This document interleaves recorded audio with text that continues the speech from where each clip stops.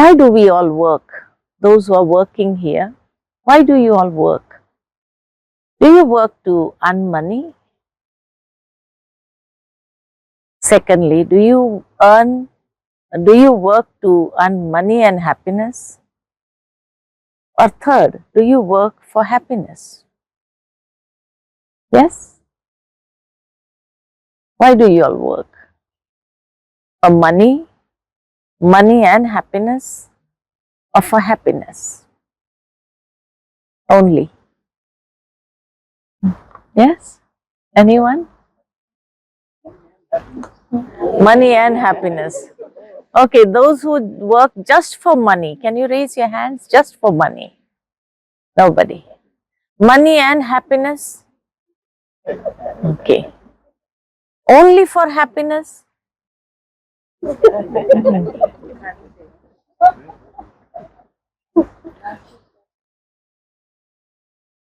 So, in order to work for money and happiness, is it right to say I work for money and happiness, or we work with happiness? Huh? We work with happiness to earn money. We work with happiness to earn money. And do we really work with happiness? Because according to the subject that we have today, equanimity in chaos, if there is happiness and if we are working with happiness, there can't be chaos. But today everyone is experiencing chaos and very difficult to maintain that equilibrium or equanimity. So, what should we say? That the chaos, is it outside or inside? Where is the chaos? Inside or outside? Inside where? The mind. And why is it in the mind? Due to our thoughts. Somewhere my thinking is not appropriate or as it should be, so there is chaos that is created within. So the problem is somewhere within. And we always try to put the blame onto someone else. It is because of this that there is so much of chaos. How many of you think that the chaos is because of somebody in our lives? Do you feel that the chaos is because of somebody, or is it because of me? My own thinking patterns. Yeah, self-created, yes. Supposing we are going to some place and standing at the traffic lights, and after, in India especially, there's so much of honking going on. If the traffic light changes and if people are either talking or not moving, immediately the honking starts. Isn't it? So much impatience. And it is because we have so many things going on in the mind at one time. And we are not able to handle ourselves maybe. That is why the frustration comes out. So the equanimity that we are talking about or we want is somewhere within, not outside. Because outside situations, they happen. But even though if the situations are happening, my inside, there is so much of turbulence going on that is why we are not able to maintain that equanimity. Supposing at your house, the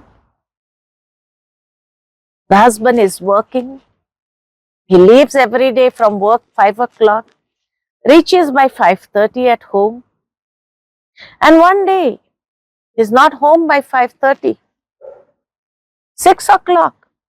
is not there. And you're trying to call him and it says out of coverage area, or either it is said it is not reachable. Just imagine the impatience that is accumulating inside, the chaos that starts within. 6:30 is still not there. And every time you try to call, it is not reachable, or oh. And supposing on the television your best program is going on, are you able to focus your mind on that program?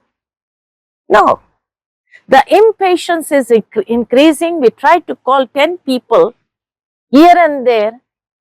What time did he leave from the office? Oh, he left at 5 o'clock. Then why is it not at home? And why is the phone not reachable? So many negative thoughts coming up, and the chaos that is inside because of the thoughts so heavy. Supposing by 7 o'clock also the person is not at home. 7:30 is still not at home. 8 o'clock finally arrives. Just imagine this 3 hours. How much chaos has taken place. And we want equanimity. Is it possible? And supposing at 8 o'clock when the person enters, what will be the reaction?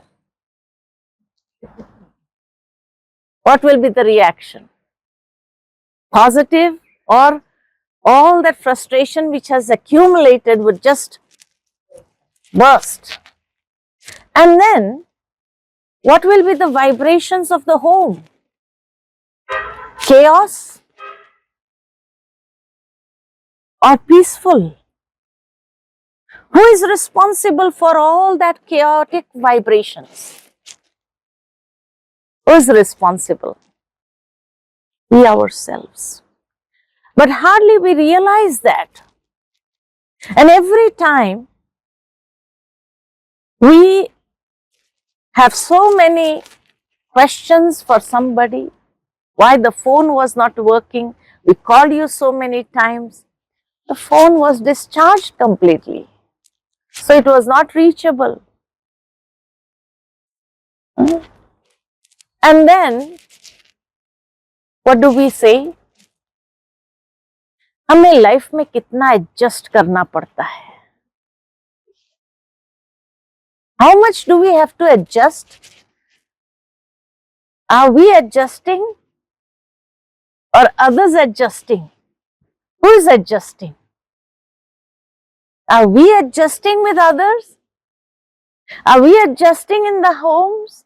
Are we adjusting with in our relationships? Are we adjusting with our family members? Who is adjusting? Or are they adjusting with all the chaos that I have created? Hardly realizing that. What do we have to say? We are adjusting or they are adjusting? Because who has created the chaos? And how many people feel that they adjust in their lives? No hands? You adjust? I think everyone wants to put up their hands. But everyone... Just scared to put up their hands.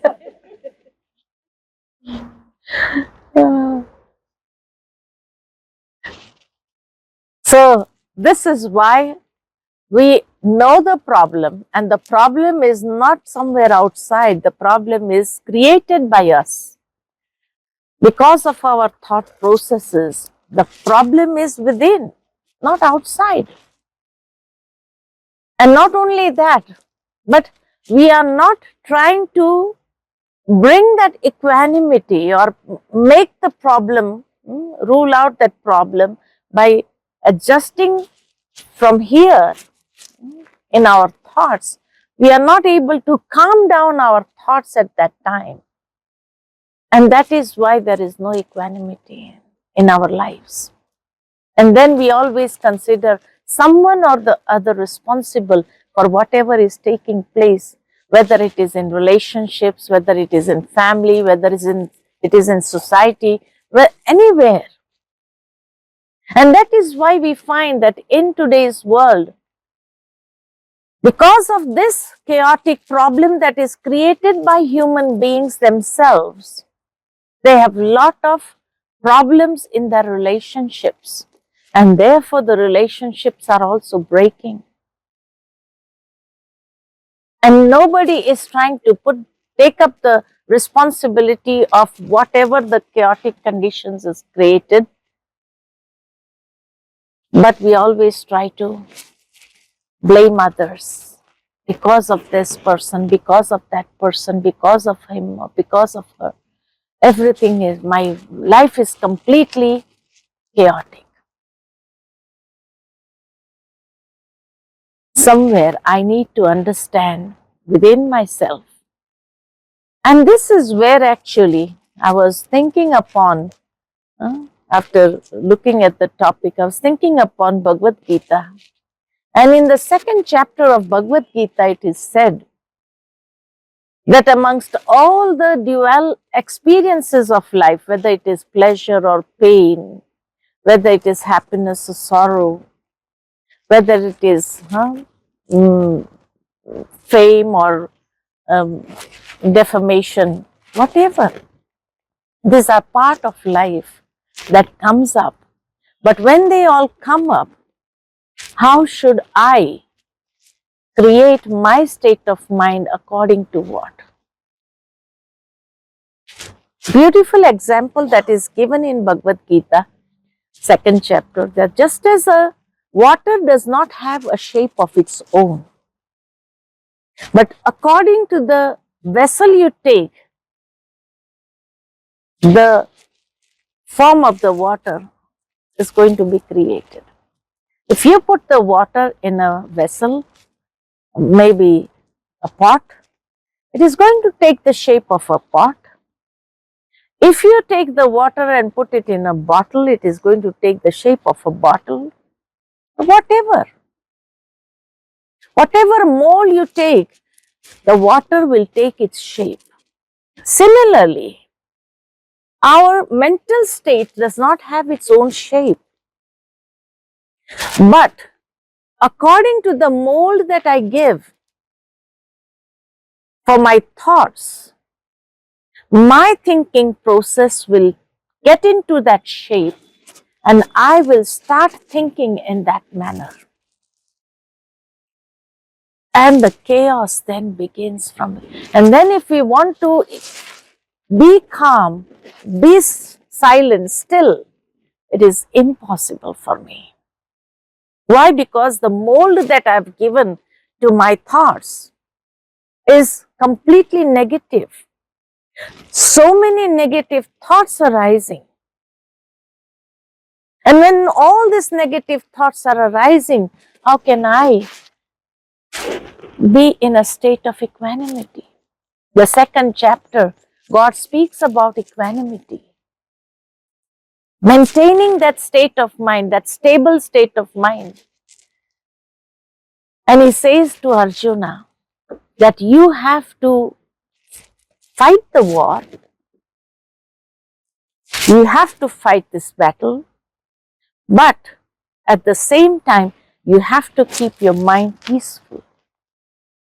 And that is when people think it is completely not practical. But if I practice and if I give the mold, a positive mold to my thoughts, definitely it is going to be practical. And even in this world of chaos, I can create my own oasis of peace within. And if I am able to create that, then may whatever come, ups and downs will definitely come in life. But it will not bring me into that state of upheavals. Recently, I was talking to a doctor and he gave me a beautiful explanation. And he said that, when we have patients, heart patients, and we check their ECG, and in the ECG, the graph is like this. And when the graph goes like this, means it's normal. If it is a straight line, it's dead. Life is also, ups and downs are going to come. But that shows that this is normal part of life. The day when it will become like this, no problems, no situations, no circumstances coming up, and then I'll be peaceful, that's never going to happen. But amongst these ups and downs only, when we are able to keep our state of mind peaceful, then we see things working out very well. If I am peaceful with myself within, then although the situations that come up, instead of creating that chaos in the homes, in our lives, in our relationships, let me keep my mind in a positive mold, and then I can see how all that chaos will just vanish away, and it cannot affect our relationships or our home vibrations also. We are able to keep that peaceful. Why do people go to temples? What do they find there? They say when we go there, we get peace of mind, we get some relaxation.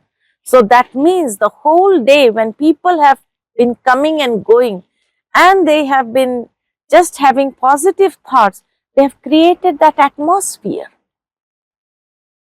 those vibrations. And that is why whoever comes is going to experience that. So similarly, I also need to create such vibrations in my home, because I am responsible for creating that chaos. So I should be responsible in creating the positive vibrations also. And the moment I am able to do that, we can see we create the temple-like vibrations at home itself. We do not have to go anywhere. We can experience that equanimity, that state of mind in our homes itself. And this is what meditation teaches us actually. Meditation does not mean that we just have to sit in silence and do nothing. No, we are creating a positive state of mind. We are generating positive vibrations, because each thought is creating a vibration. And not only that, but the spiritual knowledge, when I listen to those spiritual teachings, it makes me feel stronger from within. Just as when we see that there is a change of weather and it affects the body, we have fever, cough, cold, etc. We go up to the doctor and the doctor would say that your physical immunity is low, so you have got this change, and so you have got this virus, so take this medicine, antibiotic plus some multivitamins, so that the immunity doesn't come down low. And you will be okay in 3 days. Your immunity will boost up again.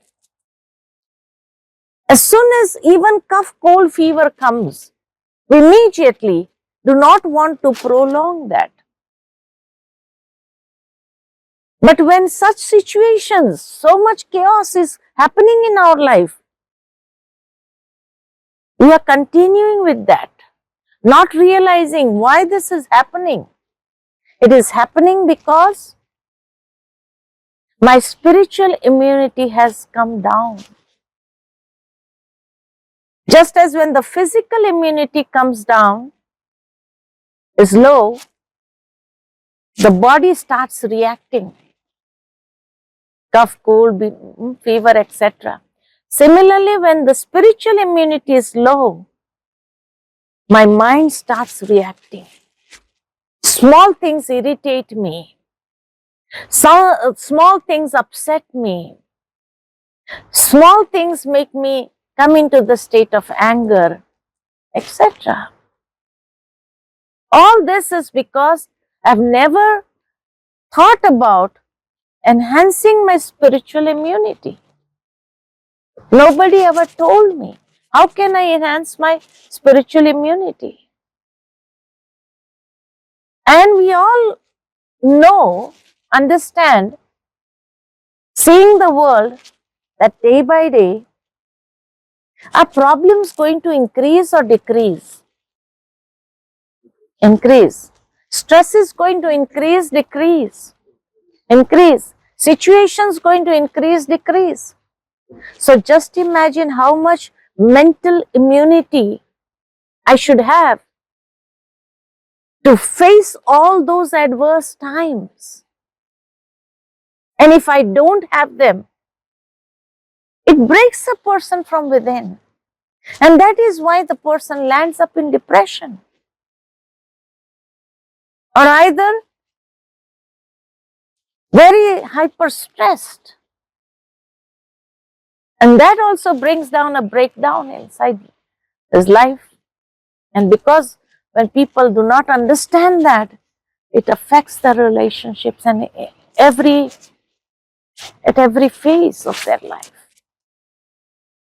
So it's high time, when I've realized that everything is going to increase, and if at this time only I do not have that much of spiritual immunity, naturally in those times it is going to make me more weaker and weaker and weaker, going to bring me down completely. The chaos will be so much, it will be difficult for us to handle our own lives. Not just handle the relationships, but handle our own lives. A person will be completely shattered. And by the time people comes to know, nobody can help that person. Because he's shattered from within. He's never said anything, what he was going through. So that is why the need is there, that we need to have that equilibrium. The mental equilibrium. And for that, I need a lot of strength. Mental strength. So just as we need food for the body, we need food for the mind. And food for the mind is good thoughts, spiritual thoughts. When I'm able to give those thoughts constantly, then we can see that yes, the mind becomes healthy. And when the mind is healthy, no matter what adverse times come, we are able to handle ourselves and we are able to handle the situation as well. In that situation, we are able to handle ourselves. Because this is the need of the hour. This is what we all need in the present time. Spiritual nourishment and mental relaxation. And meditation means consciously relaxing the mind. Meditation, this word comes from a Latin word, medere. And medere means to heal thyself from within. So it is time, we have hurt ourselves so much in different situations, in different problems. Now is the time that I heal myself from within by doing meditation, relaxing the mind, accumulating that peace, accumulating that calmness, so that I become flexible in situations, and I'm able to, instead of becoming adamant during the worst times, hardly we realize we are so adamant sometimes and spoiling the situation. If I become flexible, I'm able to handle myself and the situation also. So knowledge is light, knowledge is might. Not the worldly knowledge, it's the spiritual knowledge that is light, spiritual knowledge that is might. It gives me the strength from within. It gives us the strength to control our thoughts, which are constantly just taken away according to the situation in a wrong direction. Now is the time that I take the control of my own thoughts in my own hands. One thought can make a great difference in your life. It reminds me of a beautiful story that once there was the, what do we say, the one who makes the clay pots, Kumhar. Kumhar. So once there was this person who was making clay pots. So one day he brings some mud, some clay, and he thought, let me make chillam. You know chillam? The people who used to smoke in the olden days with the pipe. So he thought of making that pipe, and in that pipe they used to keep some ashes, and this is how a person enjoyed. So he thought of making that chillam. So he started just taking the clay and giving it a shape, trying to make it. And suddenly his wife just comes from inside and she asks him, what are you making? So he says that I'm making a chillam. So the wife says that summer has started. Why should you make a chillam? Instead, why don't you make surahi? Surahi is the clay pot where they put water and which makes it so cool. So he says, why don't you make a surahi instead? So that people can get cool water in this times of heat. So he thought for her, she said that and went back into the house. So this man started thinking, whatever she is saying is appropriate. I think the summer has started. So let me make surahi. So he again started breaking the clay and mixing the water and making it ready for putting it on his thing, on his machine. And suddenly the voice comes out from the clay and he asks the person, what are you making? So this person says, I'm making a surahi, the clay pot. So the clay says, but you are going to make a chillam? Said, yes, I had thought of making a chillam, but now I've changed my mind. And now I'm going to make a surahi. So the clay says, you have changed your thought, but you have changed my fortune. One thought can change the fortune. When you are going to make that chillam, I would have also burnt and made others also burn. Or there would have lot of anger also generated, fights in the families because of this chillam.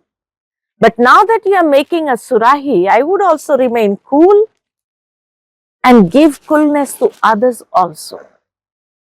So you have just changed your thought. You changed your mind, but you have changed my fortune.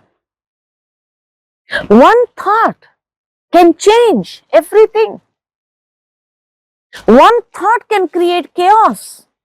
One thought can create calmness in the family, in the relationships, in the society, at every levels.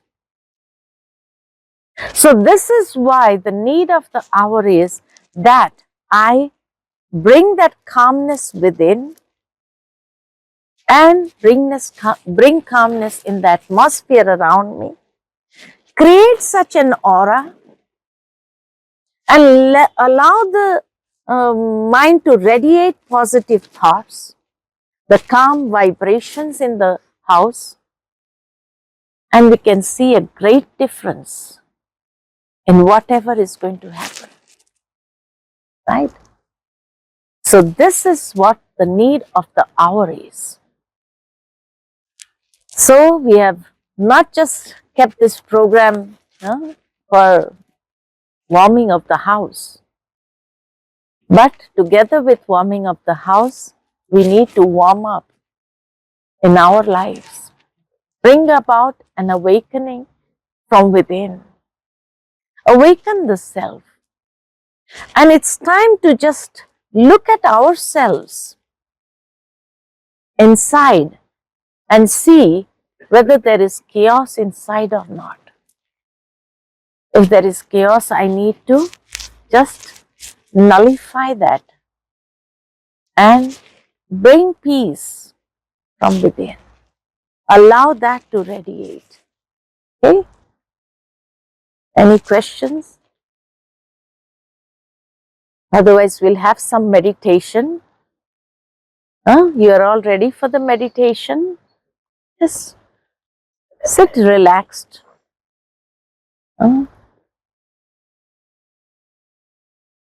Keep your mind also in a relaxed stage. And as I'll give you the thoughts, allow those thoughts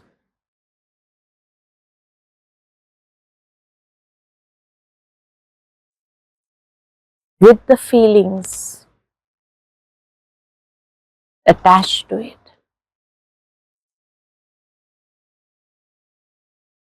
For a few moments, let us take the mind away from the present scenario and go within.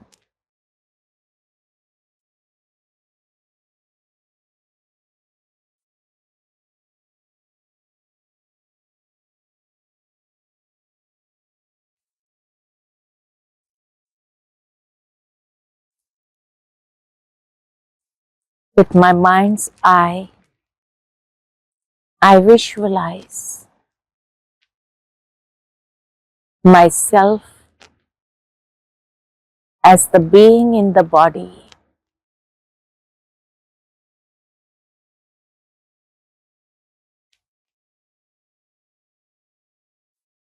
The being is the soul, the energy.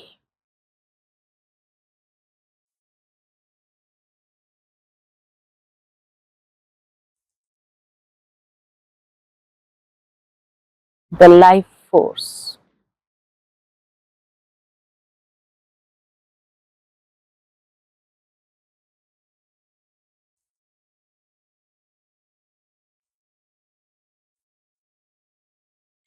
And I realize that I am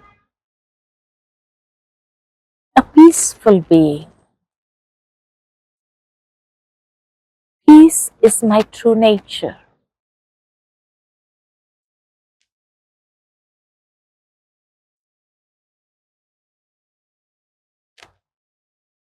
Peace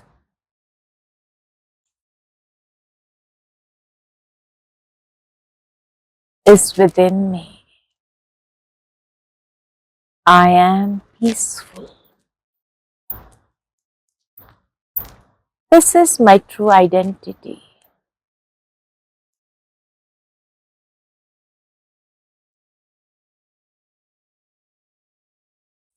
My thoughts are calming down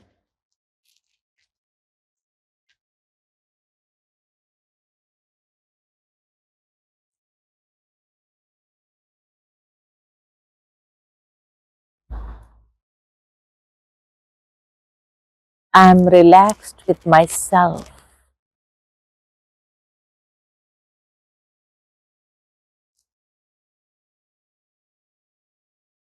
I realize I am a pure being.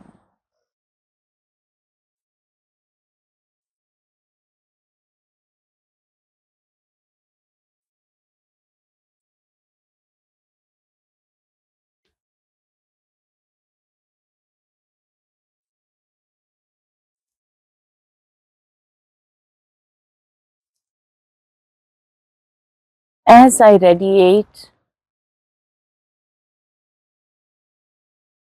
the peace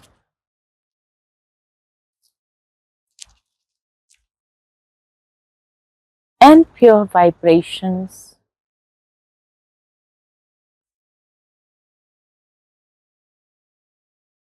I clear the chaos and confusion from within.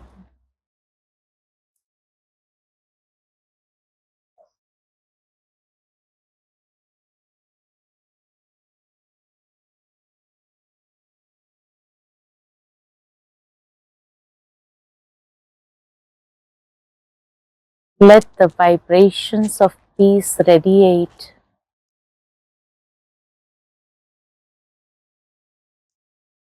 and I can feel the vibrations around me.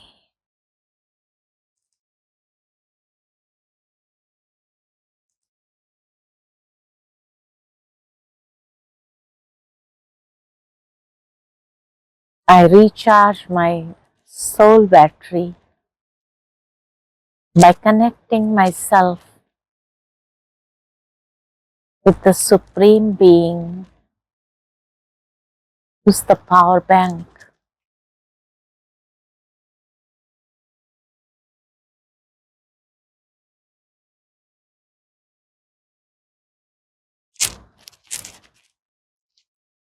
And the energy just flows from the power bank to me and in my life, in my relationships, in my home, everywhere.